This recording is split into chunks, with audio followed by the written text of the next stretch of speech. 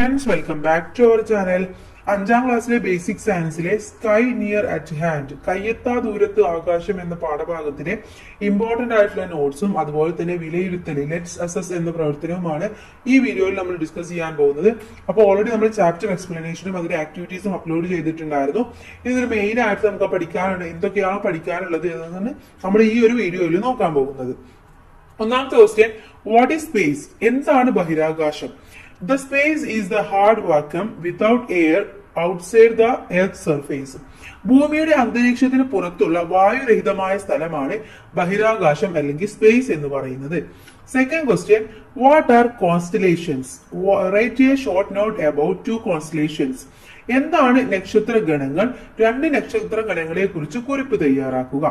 Constellations are group of stars imagined in to space by joining them together using line.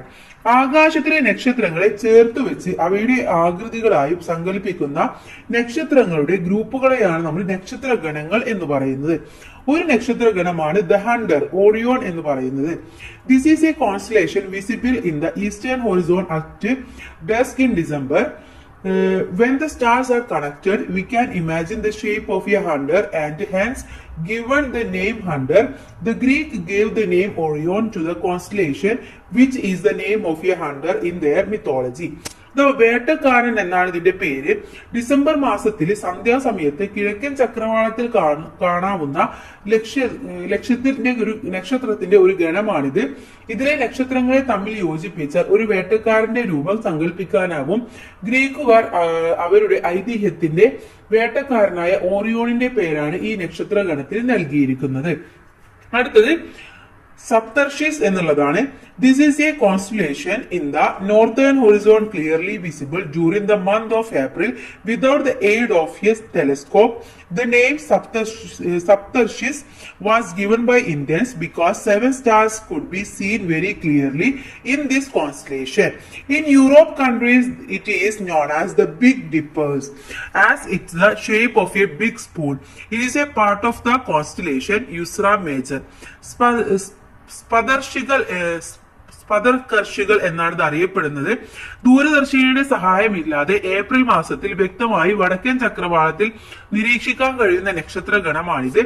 7 നക്ഷത്രങ്ങളെ വ്യക്തമായി കാണാവുന്നതിനാണ് ഈ കൂട്ടത്തിൽ ഇന്ത്യയിൽ സ്പദർശികൾ എന്ന പേര് വന്നത്. വലിയ തവിയുടെ രൂപം സങ്കല്പിച്ച് യൂറോപ്യൻ രാജ്യങ്ങളിൽ ബിഗ് ടിപ്പർ എന്നും ഇതിനു പേര് നൽകിയിട്ടുണ്ട്. അർസ മേജർ എന്ന നക്ഷത്ര ഗണത്തിന്റെ ഭാഗമായി ആണ് ഇത് കാണപ്പെടുന്നത്. അടുത്തത് മൂന്നാമത്തെ ക്വസ്റ്റ്യൻ ആണ്, what preparations do we need for star watching? നക്ഷത്ര നിരീക്ഷണത്തിന് എന്തൊക്കെ തയ്യാറെടുപ്പുകളാണ് വേണ്ടത്?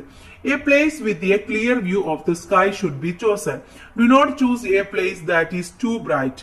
Choose a clear night. A cloudy day should be avoided. Use a star map or app. എന്താണ്? മേഘാവൃതമായ അന്തരീക്ഷമുള്ള ദിവസങ്ങൾ ഒഴിവാക്കണം. വ്യക്തമായി ആകാശം കാണുന്ന സ്ഥലം തിരഞ്ഞെടുക്കേണ്ടതാണ്. കൂടുതൽ പ്രകാശമുള്ള സ്ഥലം തിരഞ്ഞെടുക്കരുത്. നാലാമത്തെ question, what is A space station? എന്താണ് ബഹിരാകാശ നിലയം? A space station is A laboratory setup in the space. ബഹിരാകാശത്ത് സ്ഥാപിച്ചിട്ടുള്ള ഒരു പരീക്ഷണ ശാലയാണ് നമ്മൾ ബഹിരാകാശ നിലയം എന്ന് പറയുന്നത്. Fifth question, what problems can be faced by the people who reach the space station? പരീക്ഷണങ്ങൾക്കും മറ്റുമായി ബഹിരാകാശ നിലയങ്ങളിൽ എത്തുന്നവർക്ക് എന്തൊക്കെ പ്രശ്നങ്ങളാണ് നേരിടേണ്ടി വരിക? No air, no water and sound, no gravity and wait.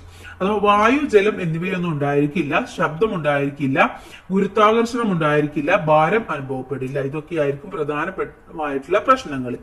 Sixth question, the moon is the biggest and the brightest body in the sky at night. What would be the reason? രാത്രി കാലങ്ങളിൽ ആകാശത്ത് ഏറ്റവും കൂടുതൽ തെളിഞ്ഞും വലുതായും കാണുന്നത് ചന്ദ്രനെയാണല്ലോ. എന്താണ് ഇതിന്റെ കാരണം എന്ന് പറയുന്നത്? The moon is the closest celestial body to the earth. That is why the moon is the brightest and largest in the night sky. ഭൂമിയോട് ഏറ്റവും അടുത്തുള്ള ആകാശഗോളമാണ് ചന്ദ്രന്. അതുകൊണ്ടാണ് രാത്രി കാലങ്ങളിൽ ആകാശത്ത് ഏറ്റവും കൂടുതൽ തെളിഞ്ഞു വലുതായി ചന്ദ്രനെ കാണുന്നത്. The next question, write a short note about the moon and including its features. ചന്ദ്രനെ കുറിച്ചും അതിന്റെ പ്രത്യേകതകളെ കുറിച്ചും ഒരു കുറിപ്പ് തയ്യാറാക്കാനാണ് പറഞ്ഞിട്ടുള്ളത്. The moon is the closest celestial body to the earth. The moon revolves around the earth. The moon is a satellite of the earth. The light of the sun that falls on the moon gets reflected. The reflected light makes the moon glow and we see it as the light of the moon. It is a spherical shape, no atmosphere, not self-luminous, rotates itself and revolves around the earth. These are the features of the moon. ഭൂമിയുടെ ഏറ്റവും അടുത്തുള്ള ആകാശഗോളമാണ് ചന്ദ്രൻ എന്ന് പറയുന്നത്. ഭൂമി എന്ന ഗ്രഹത്തെ ചന്ദ്രൻ ചുറ്റുന്നു. ചന്ദ്രൻ ഭൂമിയുടെ പ്രകൃതിദത്ത ഉപഗ്രഹമാണ്. സൂര്യപ്രകാശം ചന്ദ്രനിൽ തട്ടി പ്രതിഫലിക്കുന്നതാണ് ചന്ദ്രന്റെ പ്രകാശമായി നാം കാണുന്നത്. ഗോളാകൃതി, അന്തരീക്ഷമില്ല, ഭൂമിയുടെ പ്രകൃതിദത്ത ഉപഗ്രഹമാണ്, സ്വയം പ്രകാശിക്കുന്നില്ല, സ്വയം തിരിയുന്നു, ഭൂമിയെ ചുറ്റുന്നു തുടങ്ങിയവയാണ് ഇതിന്റെ പ്രത്യേകതകൾ. അടുത്ത ക്വസ്റ്റ്യൻ, വാട്ട് ആർ സാറ്റലൈറ്റ്സ്? എന്താണ് ഉപഗ്രഹങ്ങൾ? Satellites are the celestial body which revolves around the planets. ഗ്രഹങ്ങളെ ചുറ്റുന്ന ആകാശഗോളങ്ങളാണ് ഉപഗ്രഹങ്ങൾ എന്ന് പറയുന്നത്. Ninth question, how to differentiate the stars and other celestial bodies? നക്ഷത്രങ്ങളെയും മറ്റു ആകാശഗോളങ്ങളെയും എങ്ങനെ നമുക്ക് വേർതിരിച്ച് അറിയാം? Stars are self-luminous celestial bodies, but planets and satellites are not self-luminous. The light that falls on these bodies gets reflected and it makes them glow because of the reflection of the light. While observing the sky, we see the stars twinkling whereas the planets shine without twinkling. സ്വയം പ്രകാശിക്കുന്ന ആകാശഗോളങ്ങളാണ് നക്ഷത്രങ്ങൾ എന്ന് പറയുന്നത്. ഗ്രഹങ്ങളും ഉപഗ്രഹങ്ങളും സ്വയം പ്രകാശിക്കുന്നില്ല. അവയിൽ പതിക്കുന്ന പ്രകാശം പ്രതിഫലിക്കുന്നത് കൊണ്ടാണ് അവ പ്രകാശിക്കുന്നതായിട്ട് നമുക്ക് തോന്നുന്നത്. ആകാശം നിരീക്ഷിക്കുമ്പോൾ നക്ഷത്രങ്ങൾ മിന്നുന്നതായിട്ടും ഗ്രഹങ്ങൾ മിന്നാതെ പ്രകാശിക്കുന്നതായിട്ടും നമുക്ക് തോന്നാറുണ്ട്. 10th question, what is the solar system? സൗരയൂഥം എന്നാൽ എന്ത്? The solar system consists of the sun, the planet around the sun, satellite and many other celestial bodies. The earth and the other planets of the solar system revolve around the sun. സൂര്യനും സൂര്യനെ ചുറ്റുന്ന ഗ്രഹങ്ങളും ഉപഗ്രഹങ്ങളും മറ്റനേകം വസ്തുക്കളും ചേർന്നതാണ് സൗരയൂഥം എന്ന് പറയുന്നത്. ഭൂമിയും സൗരയൂഥത്തിലെ മറ്റു ഗ്രഹങ്ങളും സൂര്യനെ ചുറ്റുന്നുണ്ട്. What is orbit? എന്താണ് പരിക്രമണ പഥം? The path of the celestial bodies is called the orbit. ആകാശഗോളങ്ങളുടെ ഒരു സഞ്ചാര പാതയെയാണ് നമ്മൾ പരിക്രമണ പഥം എന്ന് പറയുന്നത്. 12th question, how many planets are there in the solar system? Write their names. സൗരയൂഥത്തിൽ ഗ്രഹങ്ങൾ ഏതെല്ലാമാണ്? എത്ര ഗ്രഹങ്ങളാണുള്ളത്? 8 planets ആണ്. Mercury, Venus, Earth, Mars, Jupiter, Saturn, Uranus, Neptune. ഏതൊക്കെയാണ്? 8 ഗ്രഹങ്ങളാണ്. ബുധൻ, ശുക്രൻ, ഭൂമി, ചൊവ്വ, വ്യാഴം, ശനി, Uranus, Neptune. 13th question, what are the artificial satellites? Many mechanical devices, including cameras and various instruments created by humans, have been sent to space. They consistently revolve around the Earth. These human-made devices are called artificial satellites. അതോ ക്യാമറയും മറ്റു നിരവധി ഉപകരണങ്ങളും ഘടിപ്പിച്ച ചില യന്ത്ര സംവിധാനങ്ങൾ മനുഷ്യർ നിർമ്മിച്ച് ബഹിരാകാശത്തേക്ക് അയച്ചിട്ടുണ്ട്. അവ സദാ ഭൂമിയെ ചുറ്റിക്കൊണ്ടിരിക്കുന്നു. ഈ മനുഷ്യനിർമ്മിത യന്ത്രങ്ങളാണ് കൃത്രിമോപഗ്രഹങ്ങൾ എന്ന് പറയുന്നത്. Next question, what is GPS? എന്താണ് ഗ്ലോബൽ പൊസിഷനിങ് സിസ്റ്റം? എന്താണ് GPS എന്ന് പറയുന്നത്? GPS enables us to view satellite image of our house, school and other places using mobile phone or computers. വീടും സ്കൂളും ഒക്കെ നിൽക്കുന്ന പ്രദേശങ്ങളുടെ ഉപഗ്രഹ ചിത്രങ്ങൾ നമുക്ക് മൊബൈലിലൂടെയും കമ്പ്യൂട്ടറിലൂടെയും കാണാനാവും. ഇത്തരം സേവനങ്ങൾ ലഭ്യമാക്കുന്ന കൃത്രിമോപഗ്രഹങ്ങളാണ് GPS എന്ന് പറയുന്നത്.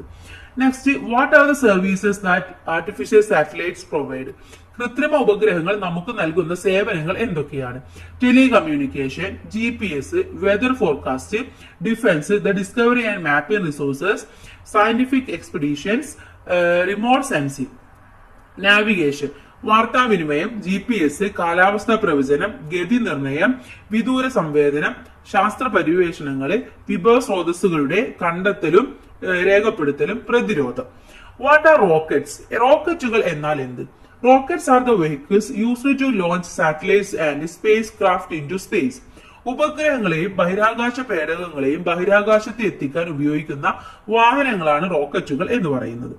അടുത്തത്, what is the Indian research organisation? ISRO. Indian ബഹിരാകാശ ഗവേഷണ സംഘടന എന്നാൽ എന്ത്? The Indian Space Research Organization is the space agency responsible for planning and executing the space missions. നമ്മുടെ രാജ്യത്തിന്റെ ബഹിരാകാശ പദ്ധതികൾ ആസൂത്രണം ചെയ്ത് നടപ്പിലാക്കുന്ന ബഹിരാകാശ സ്ഥാപനമാണ് ഇന്ത്യൻ ബഹിരാകാശ ഗവേഷണ സംഘടന എന്ന് പറയുന്നത്. Next one, collect the name of space research institute of other countries. മറ്റു രാജ്യങ്ങളിലെ ബഹിരാകാശ ഗവേഷണ സ്ഥാപനങ്ങളുടെ പേരുകൾ ശേഖരിക്കാനാണ്. USA national aeronautic and space administration നാസയാണ്. ജപ്പാനിൽ ജപ്പാൻ എയറോസ്പേസ് എക്സ്പ്ലോറേഷൻ ഏജൻസിയാണ്. അതുപോലെ തന്നെ ചൈനയിൽ ചൈന നാഷണൽ സ്പേസ് അഡ്മിനിസ്ട്രേഷൻ ആണ്. യൂറോപ്പിൽ യൂറോപ്യൻ സ്പേസ് ഏജൻസിയാണ്. Write down India's lunar missions. ഇന്ത്യയുടെ ചാന്ദ്ര ദൗത്യങ്ങൾ ഏതൊക്കെയാണ്? ചന്ദ്രയാൻ 1, ചന്ദ്രയാൻ 2, ചന്ദ്രയാൻ 3. അപ്പൊ ഇത്രയുമാണ് നമ്മുടെ ഈ ഒരു പാഠഭാഗത്ത് പഠിക്കാനുള്ളത്. അപ്പൊ ഇമ്പോർട്ടന്റ് ആയിട്ടുള്ള എല്ലാ കാര്യങ്ങളും നമ്മൾ ഡിസ്കസ് ചെയ്തു. ഇനി നമുക്ക് വിലയിരുത്തൽ പ്രവർത്തനം നോക്കാം. ഇതിലെ ഒന്നാമത്തെ പ്രവർത്തനം ഇന്ത്യൻ ബഹിരാകാശ ഗവേഷണ രംഗത്തെ ചില പ്രധാന ചുവടുവെപ്പുകളാണ് തന്നിട്ടുള്ളത്. ബന്ധപ്പെട്ട വർഷങ്ങൾ രേഖപ്പെടുത്തി ക്രമത്തിലാക്കാനാണ് പറഞ്ഞിട്ടുള്ളത്. ഓക്കെ, അപ്പൊ ഇവിടെ ഒന്നാമതായിട്ട് വരേണ്ടത് ഏതാണ് കൂട്ടുകാരെ? ഇതിൽ നമ്പർ ഇട്ടതാണ് ഓരോന്നായിട്ട് വരേണ്ടത്. 4 എന്ന് നമ്പർ ഇട്ടിട്ടുള്ളത് ISRO നിലവിൽ വന്നു, അതാണ് ഒന്നാമതായിട്ട് എഴുതേണ്ടത്. ഓഗസ്റ്റ് 15, 1969 പിന്നെ രണ്ടാമതായിട്ട് വരേണ്ടത് 6ാമത്തെ നമ്പർ ആയിട്ടുള്ള ആര്യഭട്ട 1 വിക്ഷേപണമാണ്. ഏപ്രിൽ 19, 1975 അതുപോലെ 2 എന്നുള്ളത് ഇൻസാറ്റ് ആണ്. ഇൻസാറ്റ് ആണ് മൂന്നാമതായിട്ട് വരേണ്ടത്. ഏപ്രിൽ 10, 1982. 5 എന്ന നമ്പർ ചന്ദ്രയാൻ 1 ആണ്. ഒക്ടോബർ 22, 2008 ഇനി അതിനുശേഷം വരേണ്ടത് നവംബർ 5, 2023 നടന്നത് മംഗളയാൻ 1 ഏറ്റവും അവസാനം വരേണ്ടത് ഏതാണ്? അവസാനം വരേണ്ടത് ആദിത്യ L 1 അതിന്റെ വിക്ഷേപണം സെപ്റ്റംബർ 2, 2023 അപ്പൊ ഇത് കറക്റ്റ് ആയിട്ട് തന്നെയാണ് ഇംഗ്ലീഷ് മീഡിയത്തിൽ നിങ്ങൾ എഴുതേണ്ടത്. ഇതിലെ അടുത്ത ചോദ്യം, താഴെ പറയുന്ന പ്രസ്താവനകൾ ഓരോന്നും ഏതുമായി ബന്ധപ്പെട്ടതാണെന്ന് വരച്ച് കണ്ടെത്താനാണ് പറയുന്നത്. ഭൂമിയുടെ ഉപഗ്രഹം എന്ന് പറയുന്നത് ചന്ദ്രൻ. കാലാവസ്ഥാ പ്രവചനത്തിന് സഹായിക്കുന്നത് ഏതാണ്? കൃത്രിമോപഗ്രഹങ്ങളെ ബഹിരാകാശത്ത് എത്തിക്കാൻ ഉപയോഗിക്കുന്നത് റോക്കറ്റ്. ഗ്രഹങ്ങളെ ചുറ്റിക്കൊണ്ടിരിക്കുന്ന ആകാശ വസ്തു ഉപഗ്രഹങ്ങള്. സ്വയം പ്രകാശിക്കുന്നത് സൂര്യന്. അപ്പൊ ഇങ്ങനെയാണ് ഇത് കംപ്ലീറ്റ് ചെയ്യേണ്ടത്. ഇതിന്റെ ഇംഗ്ലീഷ് മീഡിയം ആണ്. Match the following. Earth satellite ഏതാണ്? മൂണാണ്. വെതർ ഫോർകാസ്റ്റിംഗ് ആർട്ടിഫിഷ്യൽ സാറ്റലൈറ്റ് ആണ്. To launch artificial satellite rocket ആണ്. Terrestrial bodies and that orbit planets എന്ന് പറയുന്നത് സാറ്റലൈറ്റ് ആണ്. സെൽഫ് ഗ്ലോയിങ് സൺ ആണ്. അപ്പൊ ഈ 2 ക്വസ്റ്റ്യൻ ആണ് നമുക്ക് ലെറ്റ്സ് അസസ് എന്നുള്ളതിലുള്ളത്. അപ്പൊ ഇത്രയുമാണ് നമ്മുടെ ഈ ഒരു പാഠഭാഗം. ഇനി അടുത്ത പാഠഭാഗവുമായിട്ട് നമുക്ക് അടുത്ത വീഡിയോയിൽ കാണാം. എല്ലാ കൂട്ടുകാർക്കും താങ്ക്സ് ഫോർ വാച്ചിങ്.